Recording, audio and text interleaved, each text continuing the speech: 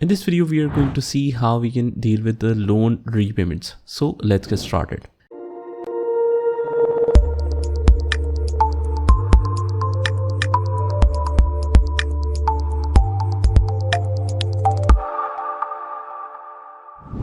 Our next transaction is of 30th January and it says loan of Standard Chartered Bank, that is a loan account partly repaid by cash.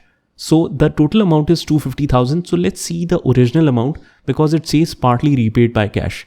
So if I go back, as we can see here that the Standard Chartered Bank loan account was separately opened without any other transaction interference. It's only for the loan.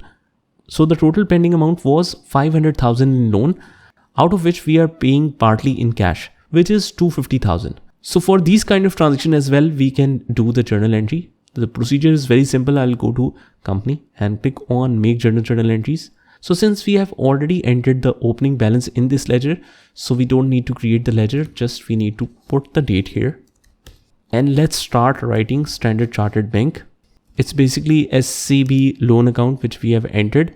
So SCB is Standard Chartered Bank. Amount is 250,000. And let's copy and paste the description here in the memo. And we are paying by cash.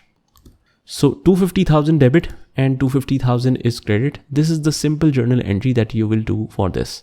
Save in, close, and this is how you can enter the repayment of any kind of loan amount in QuickBooks.